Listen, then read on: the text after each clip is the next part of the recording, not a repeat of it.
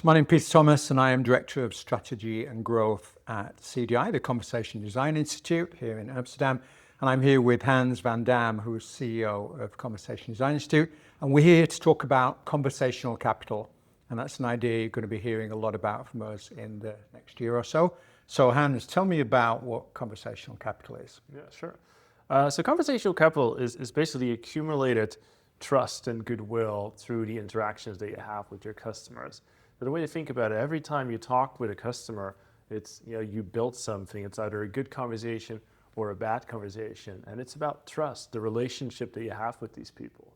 And in a world where we can automate everything, every company is going to have the same have access to the same technologies, the large language models, be able to automate everything. Everything takes place in these digital channels.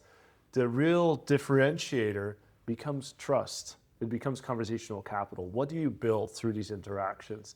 And I think the interesting thing about it is it doesn't show up in any of the dashboards. Everything that we measure, containment, satisfaction, NPS, all of those things are somewhat pointing to the same direction, but none of them actually capture what conversational capital is. And it's the asset that I think enterprises will be competing on in the next decade.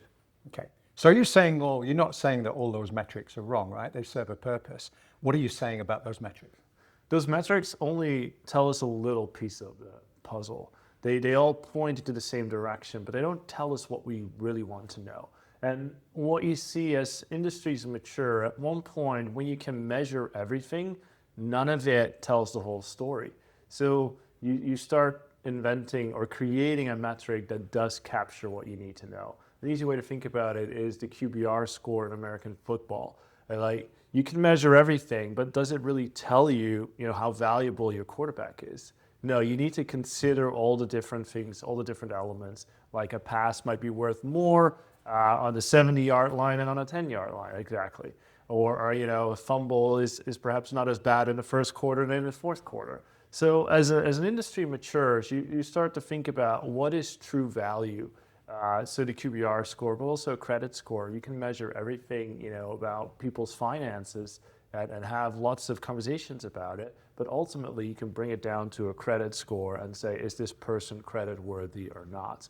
Or, a Moody's score, et cetera. So that's how we think about conversational capital. The industry is getting to the point where we can measure everything, we know what we want, but we don't have the language and the simplicity for it yet. And that, I think, is conversational capital. Right. So we often talk about trust being, as you said, like finance. You can make a deposit or withdrawal. So give us a concrete example of what a withdrawal or a deposit of trust would look like.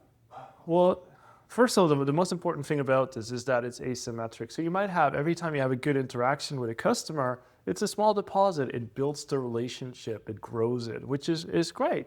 But at the same time, one bad experience, if you're indifferent or they get stuck in loops or they're being escalated when they don't have to, or you give them wrong information, all those things are incredibly upsetting. So we call that withdrawal. So think about it as your trust bank. Every kind of interaction is either a deposit or a withdrawal. All right, good. Okay, Hans, thank you so much. You're going to hear a lot more from us about conversational capital, and make sure you keep an eye out for the opportunity to attend the Conversational Capital Summit, which is an invite-only event at Norsken House in Barcelona in April 27. But Hans, thank you.